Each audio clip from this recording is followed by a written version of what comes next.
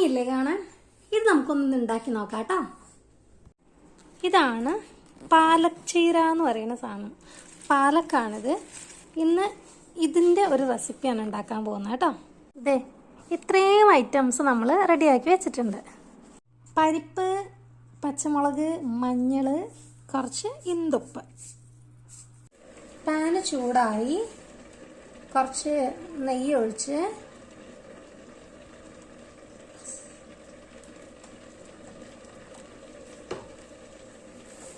വെളിച്ചെണ്ണ ഒഴിച്ച് കടുകിട്ടു.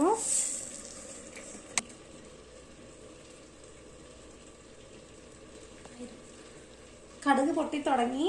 2 മണി ഉലുവ, ജീരകം, കുറച്ച് വെളുത്തുള്ളി, ഇഞ്ചി, സവാള.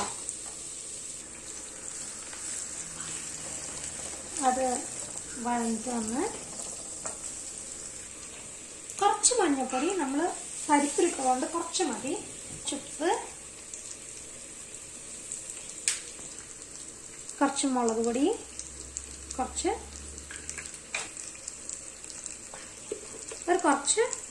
ഒരു നുള്ള്, ഒരു 3/4 ടീസ്പൂൺ മല്ലിപ്പൊടി. നന്നായിട്ട് ഇളക്കുക.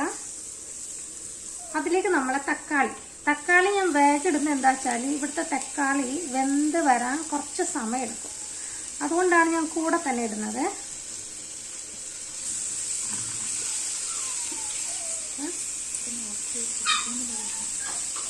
ഈ തക്കാളി നമ്മൾ നന്നായിട്ട് ഇളക്കി യോജിപ്പിച്ച് ഞാൻ കുറച്ച് ചൂടുവെള്ളമാണ് ഒഴിക്കുന്നത് കേട്ടോ. കുറച്ച് ചൂടുവെള്ളം ഒഴിച്ചു കൊടുത്തിട്ടുണ്ട്. കുറച്ച് മതി, ബാക്കി നമുക്ക് പരിപ്പിലുണ്ടല്ലോ. നമുക്ക് അടച്ചു വെച്ച് വേവിക്കാം. ഇതൊന്ന് കുറച്ച് നേരം മൂടി വയ്ക്കാം. പിന്നെ നമുക്ക് നോക്കിയിട്ട് തക്കാളി ഇതൊക്കെ നല്ലോണം വെന്തുണ്ട്.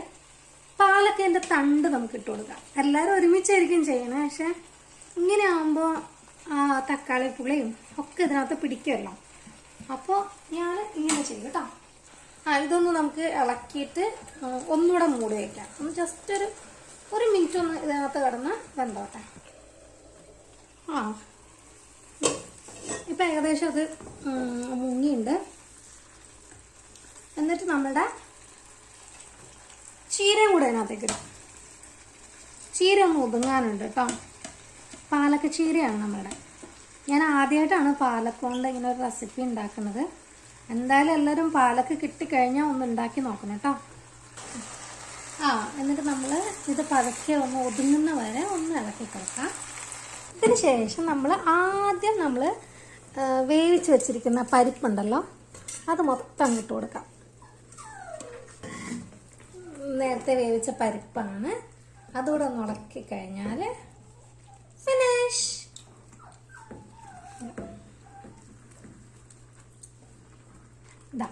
ഇതങ്ങനെ എല്ലാം കൂടെ ഒന്ന് കൂട്ടി യോജിപ്പിച്ച് ഇളക്കി കഴിഞ്ഞാൽ നമ്മുടെ സ്വാദിഷ്ടമായ പാലക്ക ചീര കറി റെഡി. ഇനി നമുക്ക് ഫൈനലായിട്ടൊരു ടച്ചപ്പും കൂടെ ചെയ്യാനുണ്ട്. ഫിനിഷിങ് ആവുമ്പോൾ നമുക്ക് അതിൻ്റെ മേലെ കൂടെ കുറച്ച് നെയ്യും കൂടെ അങ്ങ് ചുറ്റി കൊടുക്കാം. ഓക്കെ, നെയ്യ് വരുന്നില്ലേ? ഓക്കെ, എടുക്കാം. കുറച്ച് നെയ്യ് നമുക്കതിൻ്റെ മുകളിൽ കൂടെ തൂവിയിട്ട് ഒന്ന് ഇളക്കി കൊടുക്കാം കേട്ടോ. നല്ല സ്മെല്ലൊക്കെ വരുന്നുണ്ട്. നമ്മുടെ ജീരകവും ഉലുവയും ഇഞ്ചി വെളുത്തുള്ളിയും എല്ലാം കൂടെ ആയി വന്നപ്പോൾ അടിപൊളി. യെസ്, ഈ ഇലക്കറികൾ നന്നായിട്ട് കഴിക്കണം എന്ന് പറയും. പക്ഷെ ഇപ്പോൾ കുട്ടികൾ ആരും ഇതൊന്നും കഴിക്കില്ല കേട്ടോ. ഈ പരിപ്പൊക്കെ ഇഷ്ടമുള്ള കുട്ടികൾക്ക് ഇതൊക്കെ അങ്ങ് ചെയ്ത് കൊടുത്താൽ മതി. കുട്ടികൾക്ക് നല്ല കേട്ടോ, വലിയ ആളുകൾക്കൊക്കെ നല്ല സാധനം അത്. എന്തായാലും എല്ലാവരും ട്രൈ ചെയ്തോണേ.